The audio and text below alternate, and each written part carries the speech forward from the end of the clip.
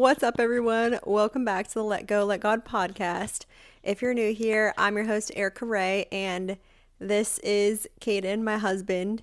He is going to be on today's episode with me. Yes, I'm Kaden, and you should know me by now if you're a good listener to this podcast. Yeah, he's been on the last few episodes, so... Like 3, maybe 2. You've had some other appearances, though. And infrequent, so I don't blame you if you don't recognize my voice. Yeah, he's been on a couple episodes, and then I've had people request him be back on. So You hear that? Requesting me. She heard one friend say, "Hey, I like when you're on Erika's podcast," and here we are. It's more fun People with you. are therefore requesting me. Hey, it's been more than one person. Yeah, I like 2, so I'll take it. Yeah. But it's more fun when you're on the pod because then, one, it's not awkward if you're in the other room and then I'm recording out here. I feel That's like true. I get so nervous and I'm like, don't listen to No, me. she kicks me out of the house. Like, Yeah. I'm not allowed to be in here when she films anything. So Yeah. this is the best option I get which if is, I have no plans to do anything, yeah. which is often. And then sometimes I run out of things to say. So having you on helps me because we can just I try. banter, you know? People like a good banter. Yeah.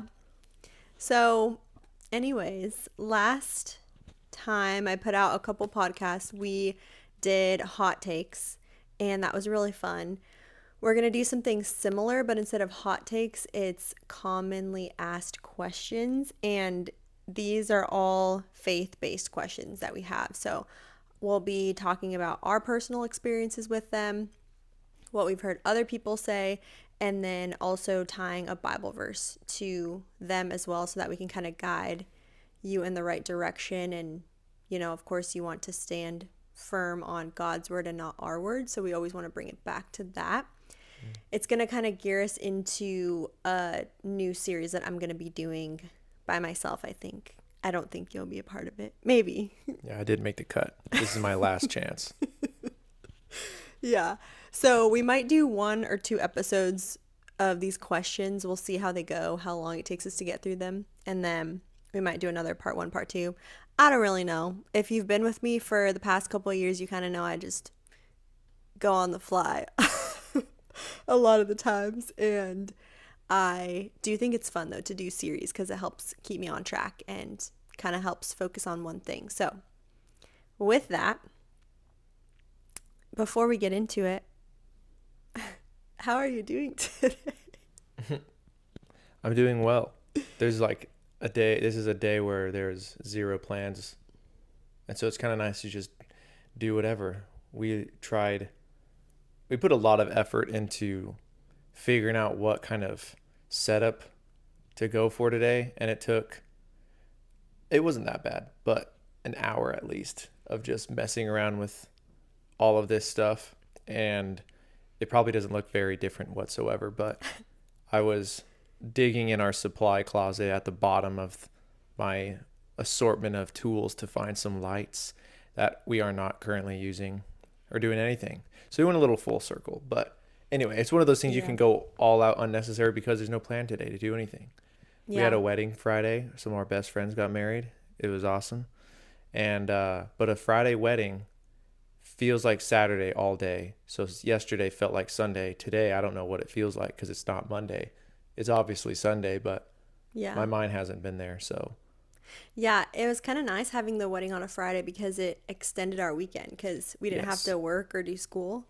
And then the next day we're like, oh, we still have our full weekend. So if you're planning a wedding, I think a Friday is a great day to do it on Friday wedding. and tell everybody else, suck it up, go on Friday. It gives everyone an excuse to get off of work too, which is cool. Yes, that's true. So yeah, we did mess around with kind of placement. Our apartment has a lot of light, But the wrong places. only in one place. Yeah. So we had to kind of mess around with it. I told Kaden, I'm like, we're going to record in an hour. I'm going to take a shower. And then I came out and he was already messing with everything and we got it. And I got it set up. And then right as we start getting ready to record, she says, I'm tired now. and I didn't even do anything. She didn't really do anything but plug a few things in and talk into the microphone. So yeah, it's a good thing that we're recording. Yeah. I got kind of a second wind. I Yeah. might take a nap after this though. I She don't know. 100% will. I'm She literally will tired. just, like a remote control, you just click off and she just will nap for 2 hours. It's honestly impressive. I cannot do that. I feel like we talk about how I'm always napping or hungry on this That's, podcast. yeah, I guess you're right. Yeah. What is one exciting thing happening in your life right now? That's an age-old question. Um, I don't know. My life's up in the air. It feels like it's always been up in the air. Maybe I get a job soon. Maybe I get a residency soon. I don't know. Or I just go a completely different direction. I finish medical school and I just become a YouTuber. I could do that too and just do nothing that I spent all this time doing. You could be Um, a medical doctor YouTuber. that would be me becoming everything I don't like. I don't know. I don't like the online TikTok doctors and all that. They're Yeah. just they're doing more harm than good. Yeah. We could talk about that sometime in the future. That'd Yeah. be very That's just interesting. kind of it's interesting and also can be boring depending. So, Yeah. those are the things going on in my life right now. Decisions to be made. Do you know exactly how many days until you graduate?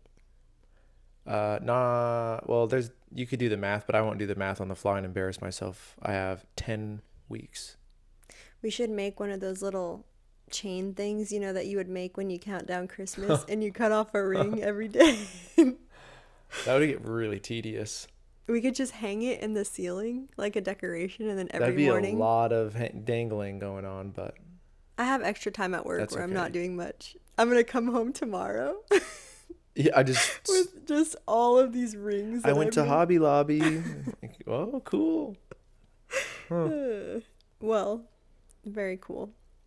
Okay. Well, we'll get into the first question. So, as I mentioned earlier, we're going to be doing some faith based questions, sharing our personal experiences, sharing some biblical wisdom as well. And I I prepared these questions and prepared the verses. Kaden briefly looked over them, Barely. but he is kind of going on the fly, which he likes, which, Sort of, and I also don't like going on the fly. I don't know how I feel about it, yeah, but here we are. it's okay. You have a lot of wisdom to share, so It's the mustache. sure.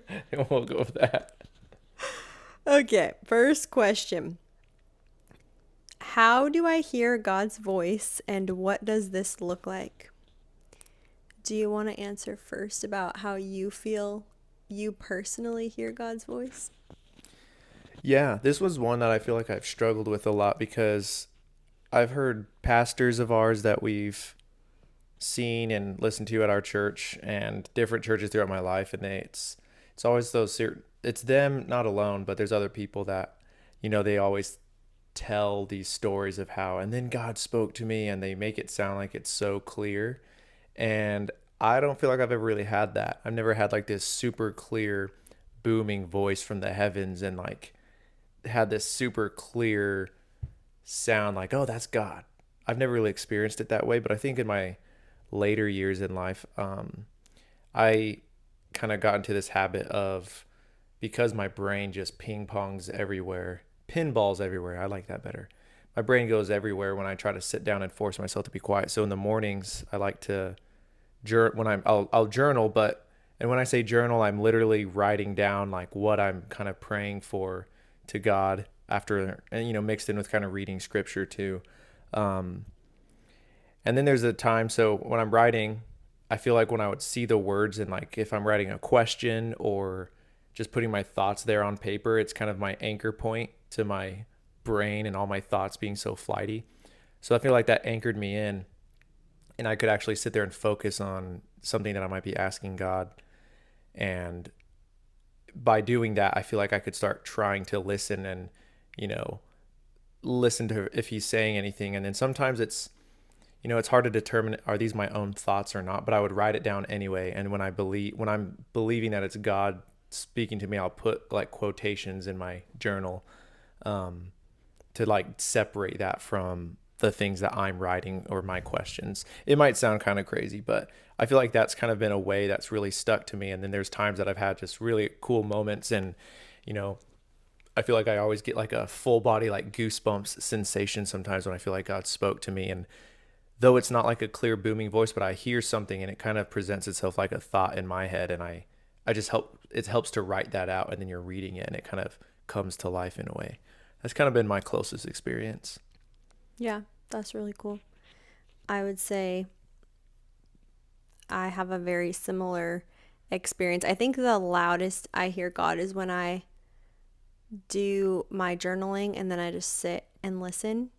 And kind of as you said, listening is not an audible voice that I hear, which I do believe some people can hear that. I mean, we had Samuel who heard that in the Bible. He heard God's voice audibly, but I will just write down what's on my brain. And then it also helps clear my mind, which is why everybody talks about journaling and how it's so good, because you're dumping onto the paper and getting it out of your brain. But I'll go back through previous journal entries and I'll see patterns. I'll see repetition. I think the Lord speaks in repetition. I think he can speak through signs too, because we also have another man named Gideon in the Bible who the Lord spoke through physical signs to him. And I've even had friends who have specifically asked for signs, and then the Lord will answer with those signs. And so I think he can speak through repetition, through signs. I think through closed doors he can speak to. We always talk about with your figuring out your upcoming job. Okay, Lord, we kind of hope you just close the doors that we're not supposed to go into, because it makes the decision easier.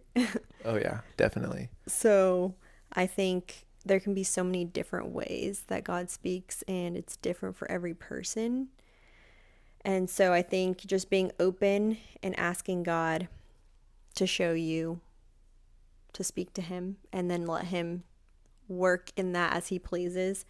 Whenever I was thinking about this question, I was thinking about verses in the Bible of God sharing how he literally speaks to us. And there's not really, I mean, correct me if I'm wrong, but I don't think there's really there's not a verse that says, and I will speak to you through repetition or through this or through that. It's more vague. And so I was thinking about the verse in James. It's James 1:5.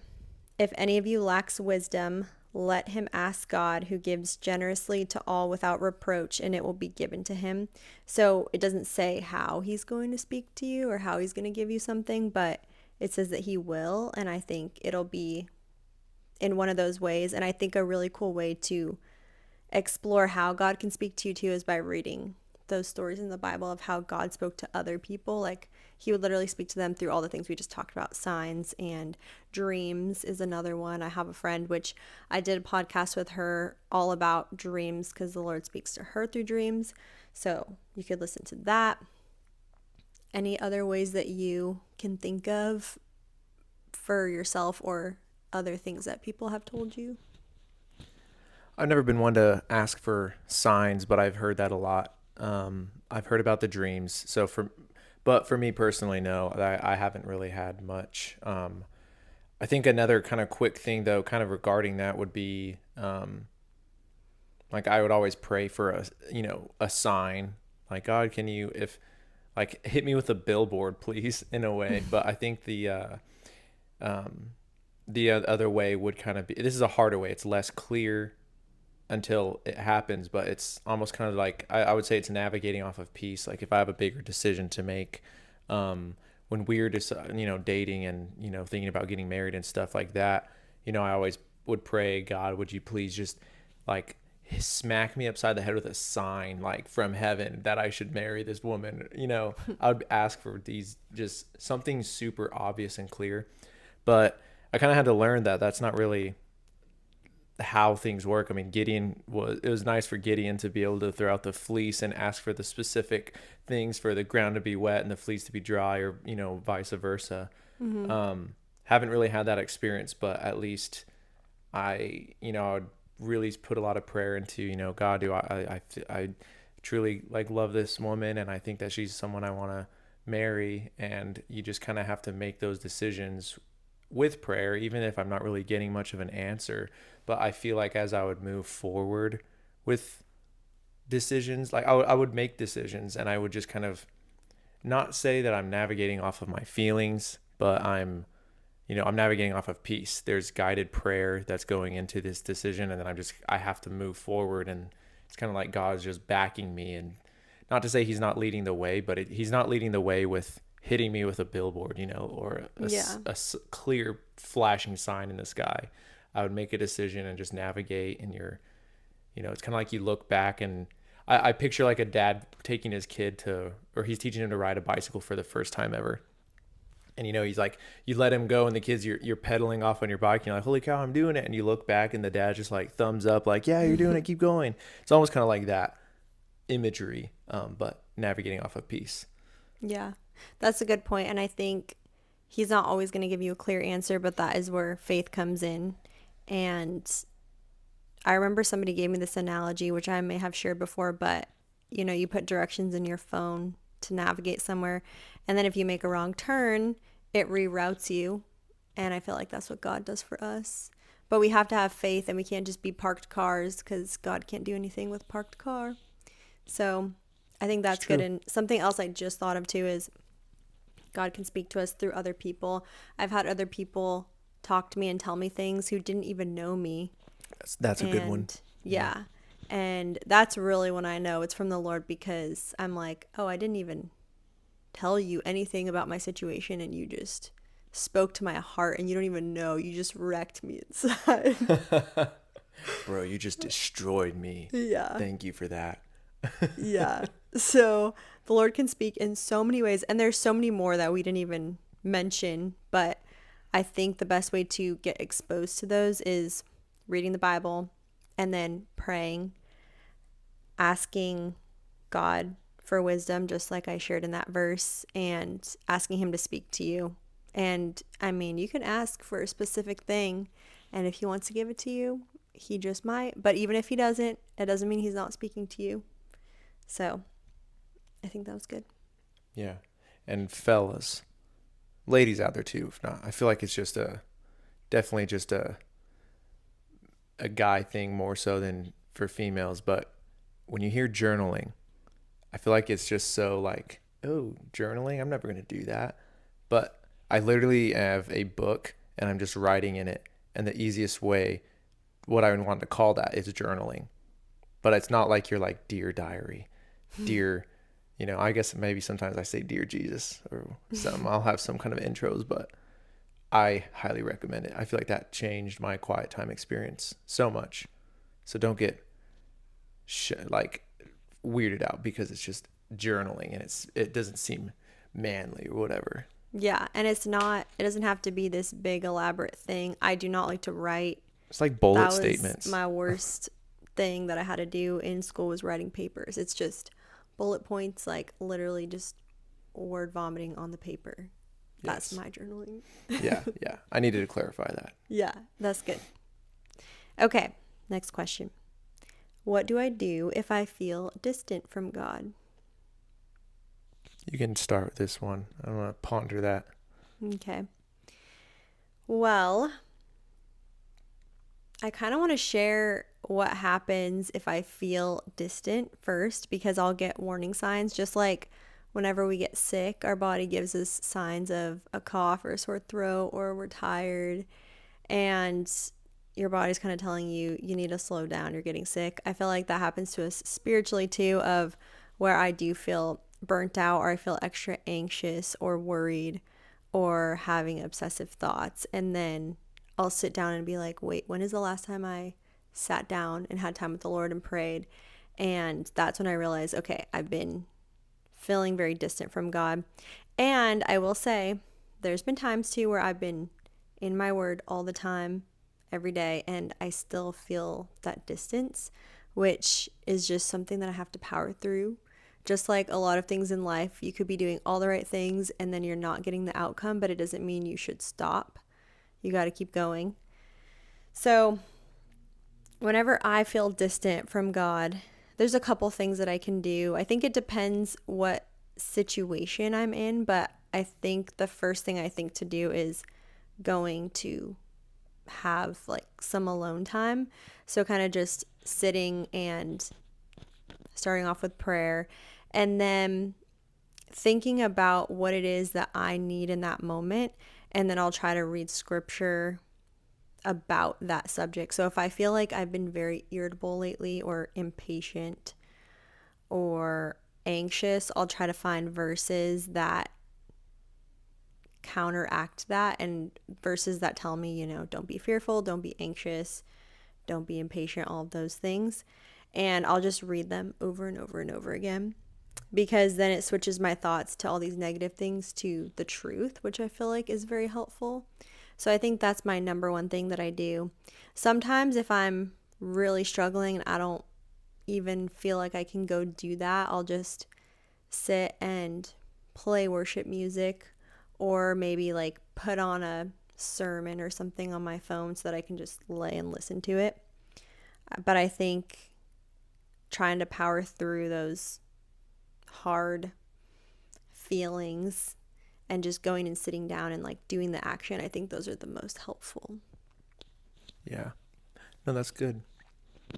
I feel like the big thing I like that you said it in there too was when you feel like he's not responding or it's in the quiet, so to speak. I feel like the first and most important thing to do is just to continue searching and continue, having a quiet time and praying and not stopping that even because you feel like it's like you're not hearing anything from him or he's not speaking to you. Obviously for me, the very first thing that pops up, or maybe not obviously, but I just think about Job, of that poor guy. That book is kind of always scary for me to read, just knowing that God was allowing that to happen. But it's good because you know that he sees every aspect of time. So he knew in the end that Job was going to resist this. Yeah, he was going to hit a pretty low spot with his life and everything that was happening, and he lost everything. But in the end, he still chose God. And it's scary because we don't have that perspective. But I just think it's kind of like that persistence and consistency with continuing to pray. Because I think sometimes God, I'm just, this is my speculation, but sometimes there's something that happens, and it in like those low points in our lives or whatever, or when we're not getting that answer, and you're just kind of having to sit and fight with whatever it is that you're dealing with. There's just something so important in there, and like I think that is where you build, I guess, for the lack of a word, grit, and it does strengthen your faith, even though it feels not hopeless, but it's just you're praying so much and you're like, why would you not hear me? Like, I know you hear me, God, why are you not responding? I feel like it's just so, for me, I have such a typical cycle of my emotions. Like, okay, I'm praying. Okay, nothing. Okay, why? And it's even points to like the Psalms with David, just constantly when he would, when he's out running from enemies and he's running from Saul, he goes into so many cycles of just, why are you forsaken me, God? Why have you left me? And then almost every single time it turns around with, but you are still faithful and you are this. And so it's almost like this cycle of, it just shows the human nature and how you just experience emotions. Something about that is, I don't know, it's frustrating. I wish I could see this. I wish God could give me a little bit more insight, but it's always the afterwards where you kind of see why you went through things.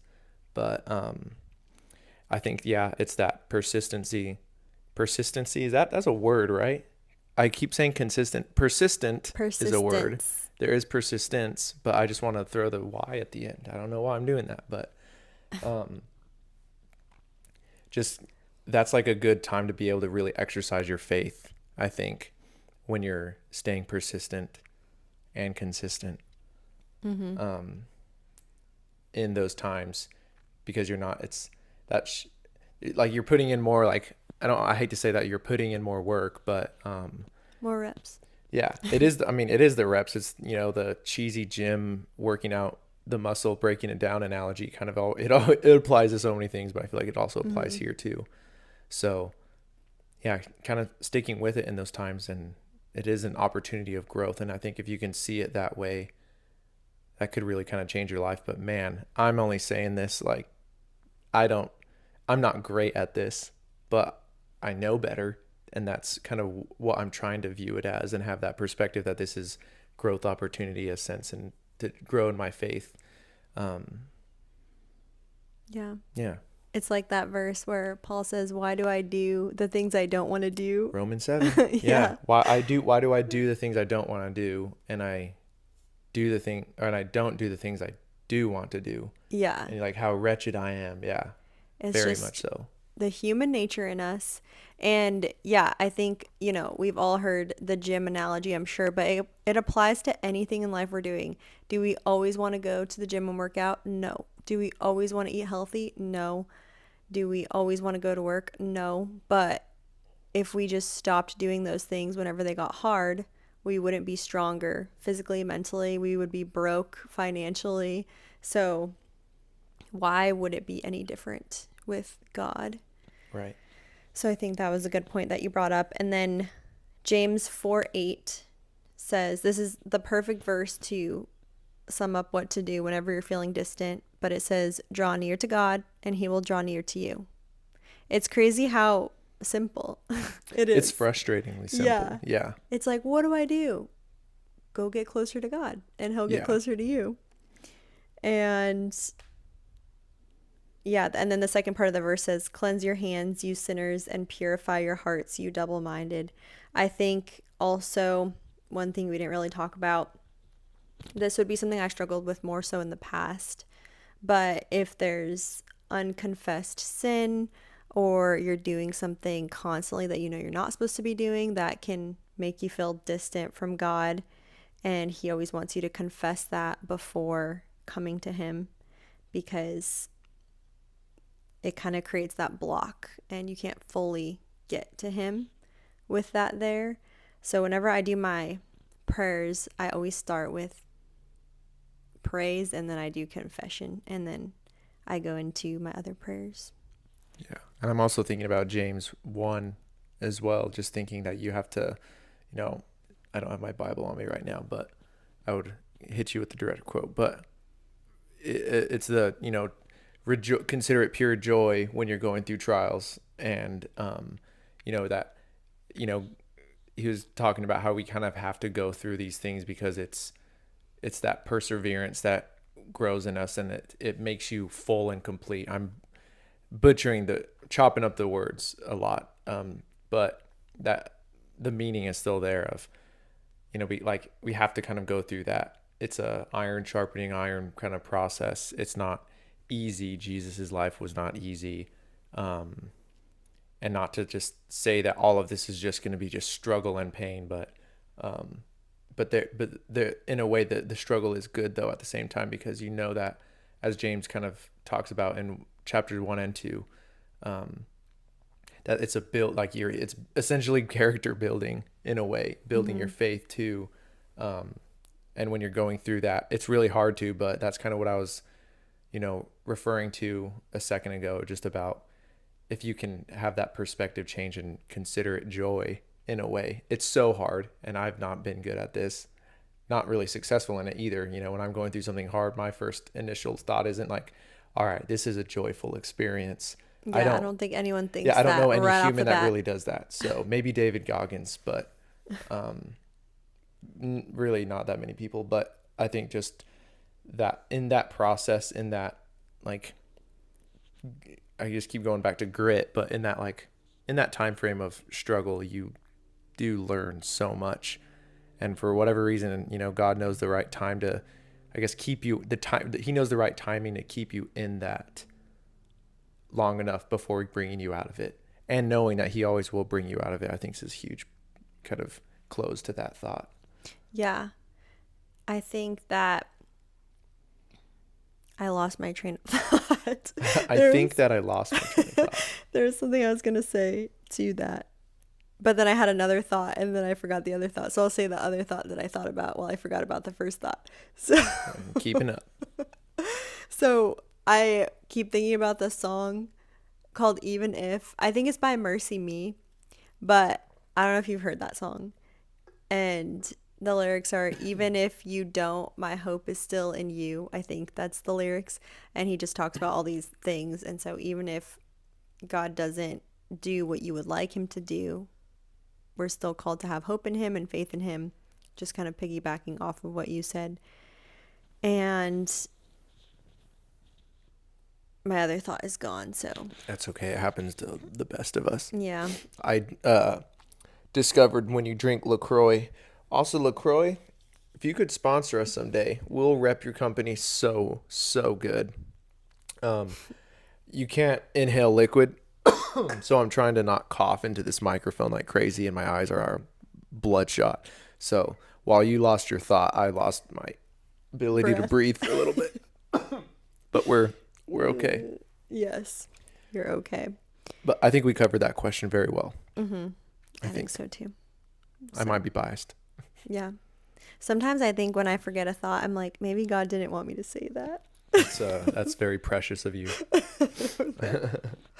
Okay, next question. How do I trust God when things aren't changing? So it kind of piggybacks off of Piggybacking. what we said, so we can kind of just say anything extra How do I trust God? Continue to trust God? when things aren't changing. So you're constantly praying for better health or a better job or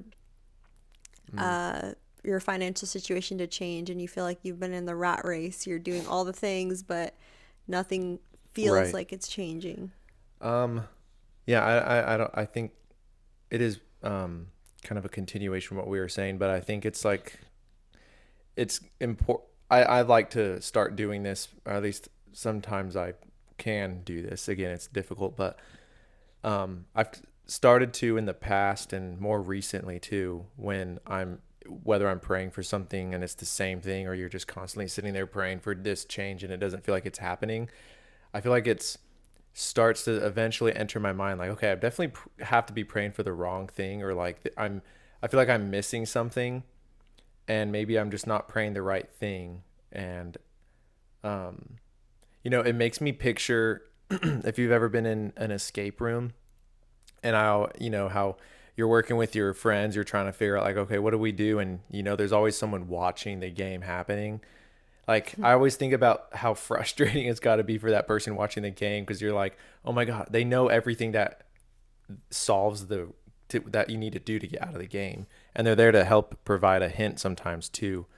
But, like, they can't really they can only do so much. And I'm not making a reference that would be God in the picture, but kind of paralleling that, they know what you need to do, and like they know when you're in the wrong place and you're just wasting your time, and they can see that in like the escape room analogy. But I think that paralleling that kind of in real life, when we might be maybe we're asking the wrong thing. It's like we're in the wrong part of the room, looking at the wrong clue that has nothing to do with actually getting out of the room, and you just need to make an adjustment or something.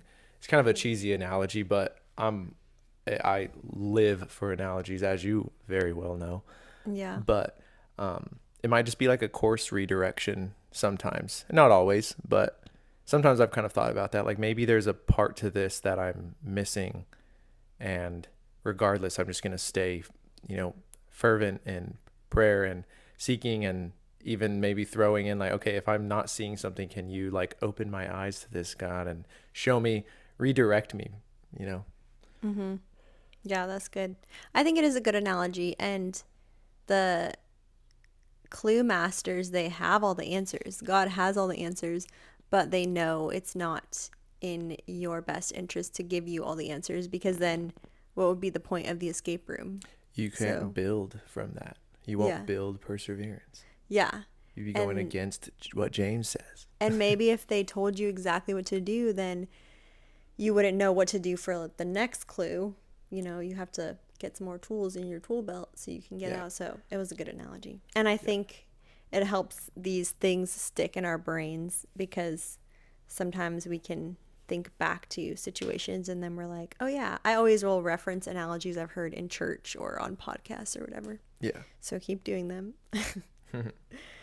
For me, how do I trust God whenever things aren't changing? A lot of similar things. Continue to have perseverance and continuing to trust that God has my best interest. He knows way more than I do. He has all the puzzle pieces. I am only one puzzle piece, so I don't know what he's doing half the time. I think the biggest thing here is just having trust, which then goes into the verse that I want to kind of give to answer this question: how do we trust when things aren't changing? It's Proverbs 3:5-6. Trust in the Lord with all your heart and do not lean on your own understanding. In all your ways acknowledge him and he will make straight your paths.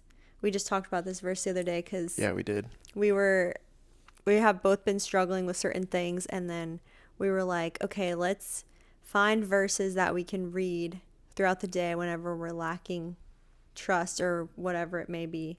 And this was your verse. This was my verse. Yeah. Yeah, So- having one to at least combat something, to a verse to combat the very persistent, repetitive, negative thing that keeps coming into my mind. That's been my slap back verse.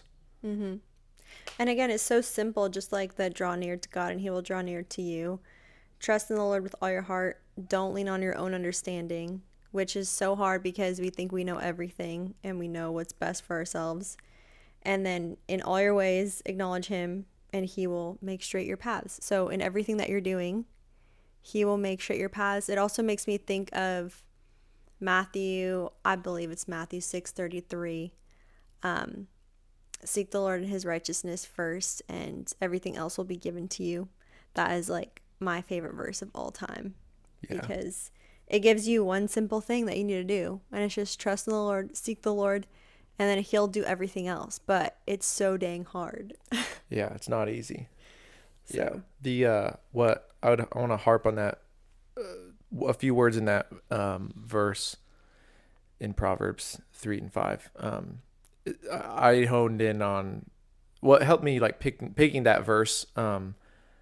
It's one that you have like those verses that you just try to memorize, and that one luckily has kind of been one that's really stuck with me, and it's such a good one. But it's the do not lean on your own understanding, that aspect of things. And if you didn't see Erica's looking at me when she said that specific part, reading that verse, probably hinting something my way because we talked about this, but kind of touching on what I said earlier, but how many times I like the human emotion and like that cycle of, oh, God's not talking to me, or when David is struggling so much and confessing in the Psalms, why have you forsaken me, God?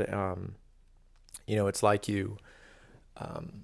I feel like those moments, or like when I've been struggling with what I'm going to do next as I finish up school and enter the workforce now and being a doctor, blah blah blah. There's so many big things, and there's a lot of fear that keeps coming in, like what if it doesn't work out, and then I'll start trying to make plans. And I think that's a classic example of me leaning on my own understanding of my entire situation. And God is, he tells us to not, he specifically, do not lean on your own understanding, in all your ways acknowledge me, or him.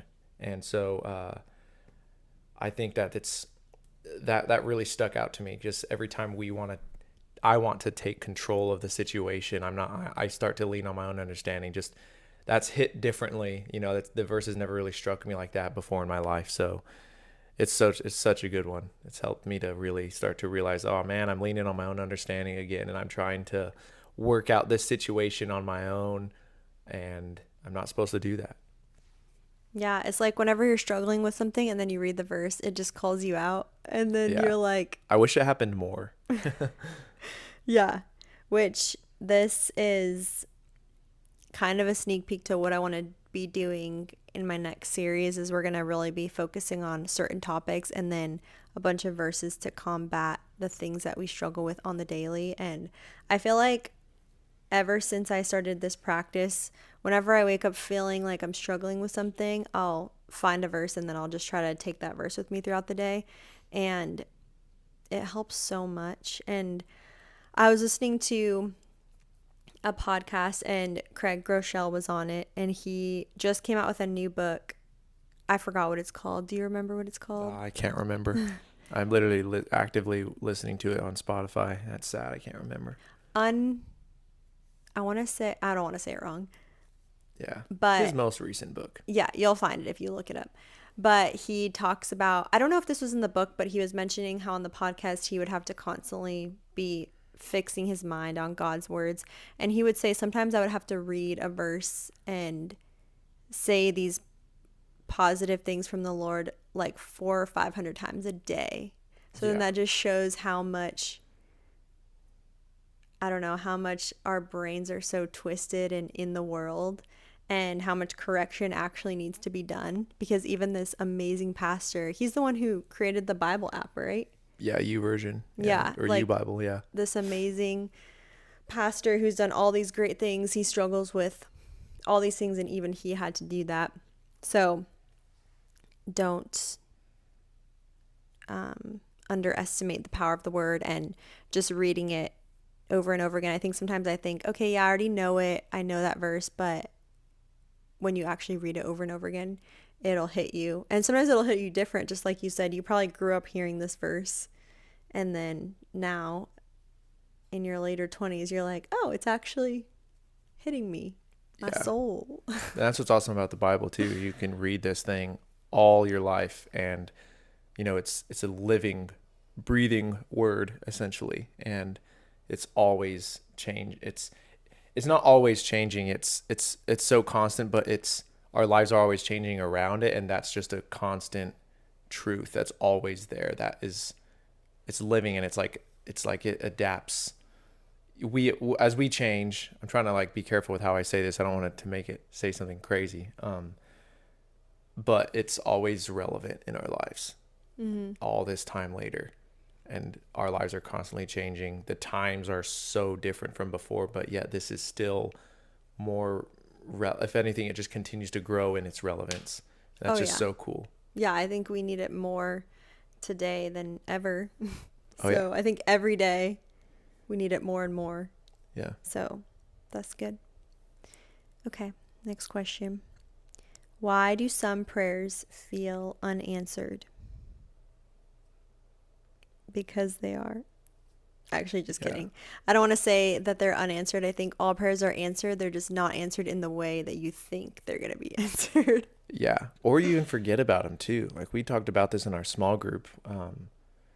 There's so many prayers you pray, and that could be for something temporary. It's easy to remember the ones that you probably have prayed for a super long time. But then there's so many little ones, and to go back real quick, those bigger prayers, for whether it be, finding, getting married one day, having children, like much like bigger long-term prayers, those ones are probably easier. Those are the ones that probably stick on your mind more, thinking that make you think that they're going unanswered. It's different for everybody, but with timing. But I think there's so many little ones that are answered, and if you don't write them down, or if you just forget about them, and so that could easily throw you into thinking, oh man, there's a lot of prayers that are going unanswered in my life. And I forgot who it was, but it was in our small group. Someone was talking about writing down their prayers, and they wrote them down throughout the whole all the months that we were meeting up, and at the end they were reading out prayers that we were praying for, and just little ones that built up. And by the end of the small group sessions, after our multiple months of meeting, I completely forgot about these things that I was telling them that I wanted prayer for. And it was so cool when it was cool because he wrote these down for us, and he gave it to us on paper, all the prayers that we were asking throughout the weeks that we were meeting. And I forgot about them, but so many of them were answered, and it was super cool. And so I know this isn't fully answering, prayers going unanswered, but it's kind of like this little tidbit in there for me personally, of realizing there are so many that are answered, and that kind of helps me with thinking like more big picture. This is kind of, it is also kind of further extension of what we've been talking about. Just sometimes, it's all in God's timing, which is truth, but can also just be so hard to hear sometimes, because you're all, and it's, my mom would always hit me with that, and it's all in God's timing, and it's such a general statement we all make, but I think that there's just a reason that God keeps you, or keeps us, in a place where it might be not answering a prayer just yet, because he has, this all-knowing aspect to him that we don't have. And we wouldn't know what it'd be like if we got that answered right away, and that it could be just the wrong time for that prayer to be answered, and but we wouldn't know that, and it feels in the moment that it's the best thing we need, or again, that's us leaning on our own understanding, tying it all in. So I don't know, it's a hard one, because it's just, well, that's just God. He has this thing about timing, and we don't know that, and it's just opportunities to exercise our trust and faith in him, that he is listening, and he has truly our best interest in mind, but he also has a higher level of understanding that I don't have, and I just have to trust that. Mm-hmm. And I'll share my answer too, but because you just said he has a higher level of understanding, I'll share the verses that I wrote down, which are Isaiah 55, 8-9. For my thoughts are not your thoughts, neither are your ways my ways, declares the Lord. For as the heavens are higher than the earth, so are my ways higher than your ways, and my thoughts than your thoughts. So we can't even comprehend what the Lord is thinking or doing with our human brains. And he created us that way because he knew if we could comprehend what he was doing, it would be too much for us. Just like he knew that if, back in the Bible, Moses asked to see God. He wanted to see him, and the Lord knew, hey, if you see me, like, you can't handle it. And so that's why he showed up in a burning bush, and it was still so much for him. So I think that's how our brains are too. It would be too much for us to know everything. Yeah, we're not meant to. Mm-hmm. There's a reason. Yeah. That was a good reminder about the prayers. I feel like we should do that for our small group when we start it back up again next month. We definitely should do that. But we shouldn't tell them. No. We should just do it at the end. I'll have everyone give a prayer request every week, and then after the month or two, we'll show them. Yeah, that'd be a great idea. We'll do that. Yeah, I think it was cool to see, oh, I forgot about these things, or, oh, that's not even relevant in my life anymore. Why was I praying for that? Yeah, right. So I think a lot of the times our prayers feel unanswered because we have this expectation of what we want our life to look like. And if we don't get it, then it feels like we're not getting our prayers answered. So I think there's peace in knowing that God has all the answers and we don't. And even if he doesn't answer our prayers, like we said earlier, that he is still faithful. So I think it can be tough to deal with that. And I am trying to think, I'm going to share my story, but think about if you have any personal prayers that you can remember praying in your lifetime to where you're like, oh, thank goodness that didn't get answered the way that I thought. Oh, there's plenty of those. Yeah. Do you want to share first? No, you can keep going. Okay. I just thought about this as you were talking, and then it was the first thing. There's probably so many, but I remember whenever I was little, I was going into high school, and I was very into music and drama. I loved to sing. That was my number one thing. And then I really liked to act too. And I really wanted to go to this performing arts school for high school. And I wanted to go so bad. It was so cool because they did academics like 8 to 12, and then 12 to 4, it was all theater, singing, like performing arts. And I was like, this would be so cool. And so I did the tour, and then you had to do all this testing to get into the school. And I did not pass the testing. I think it was the writing portion that I didn't pass, which I told you guys earlier, I'm not a good writer. And I remember praying and being so sad. And I remember my friend had gotten in. She had gone to my elementary school and she got in. and I was kind of jealous of her, and I was so sad. And then I ended up staying, my school that I was going to, you could go to it from kindergarten all the way through high school. So I ended up staying there.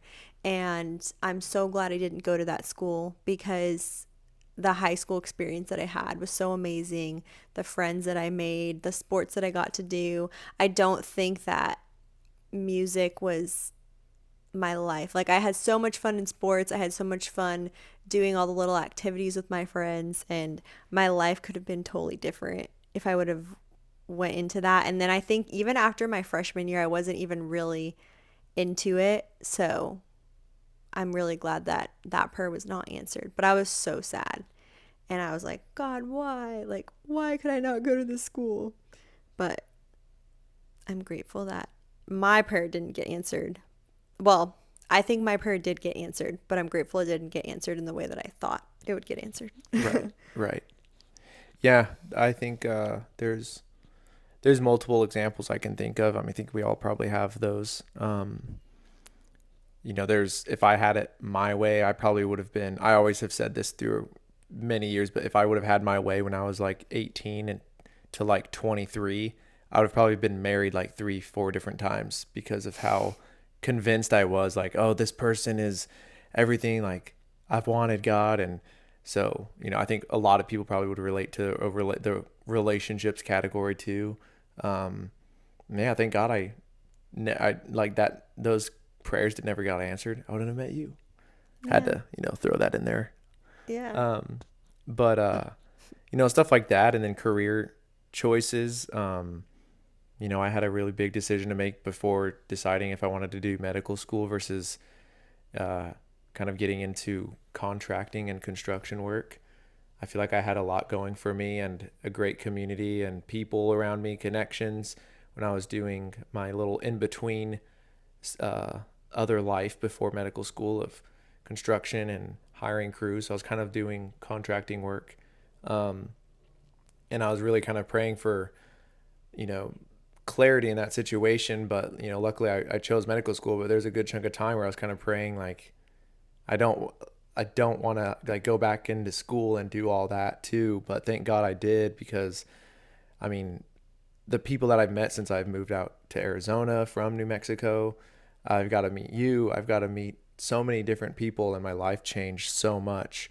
And I'm so glad that if I would have stayed in New Mexico, there's just so many things that I think I would have never got to experience, and I would have continued to stay in the kind of smaller bubble of a life that I was living in, and I wouldn't have been stretched in ways, and I think I would have been living in a lot more fear based on what my life was like at the time there, and never really getting outside of what I've always known. And so I think it was such a great thing, and I'm glad that prayer never got answered. So there are always major blessings in disguise with these kind of things. Mm-hmm. And I wish it's almost always hindsight 20, when it's after the fact where you can look back and, oh, thank you God for not answering that prayer. But it's so funny to see, when I think back, how convinced I was in my mind and how desperate I felt that I wanted these prayers to be answered. And it's just crazy to see the change from how much you wanted it before to, oh, thank God you did not answer that. Oh, yeah, for sure. It's crazy. I could probably make a list of all those prayers, which I should. It'd be very eye-opening Extensive and too. enlightening. Yeah. Yeah, I can think about that with countless things, with jobs, with relationships, with just different situations. So that's something to definitely think about. Yeah. So we had some more questions, but we're already up on our time. So, Looks like part 2's coming your way. yep, I wasn't sure. See, I told you we were going to figure it out on the fly, and the Lord Making a answered that prayer. reappearance. Stay tuned. Caden's coming in. He's like, yes, Probably like I made it 6 for months one from more now. episode. Hey, stop it. Guys, I'm sorry I've been inconsistent with my posting. I really try to be good, and then I get so distracted. I had my friend text me the other day. She was like, how did your recording go this weekend? I was like, it didn't. I was too distracted with my Busted. friends. I know I need to start telling people that I'm going to do things, but clearly it doesn't do anything. Um, but yeah, part two will be coming sooner than a month. I'll try to keep you on I'm track. doing them back to back. We ordered a new light, so maybe we'll have some motivation. Oh yeah. Maybe we'll I go forgot get you did some that. little, we can go get more. That's what I was going to offer. We need to go get some more plants, and maybe we can just make Yeah. a nice little. I think this setup will work pretty well. Yeah. Maybe we can get some little plants and more decor Yeah. to motivate some more. Yeah. We Maybe could do some part little two Hannah right Montana now. mics like we were talking about. These are cool and all, but They're cute. we can make them cuter. Yeah. So part two will be coming, but I really liked this conversation. I think it was good, and I don't ever want to steer away from the truth of the Bible and the Word. So I always want to be bringing that into our conversations. It's fun to go on some tangents and talk about things that have happened in our lives or other topics that everyone's buzzing about, but I always want the podcast to be going back to the truth. Yeah, and I mean, yeah, we went on tangents, but then unknowingly you're kind of like referencing scripture in a way too at times. So it is speaks to the relevance of how it is. It's still it's in it my applies. heart. It's in your it's written in our hearts. Look at that. Like, Oh, wow, yeah. babe, you just quoted Isaiah in a way and you didn't even realize it. That's so cool. It's the coolest thing when I do that. I'm like, wow, I really want it written in my heart. So, anyways, that's all for today. Until next week, don't forget to let go, let God. Peace. Peace.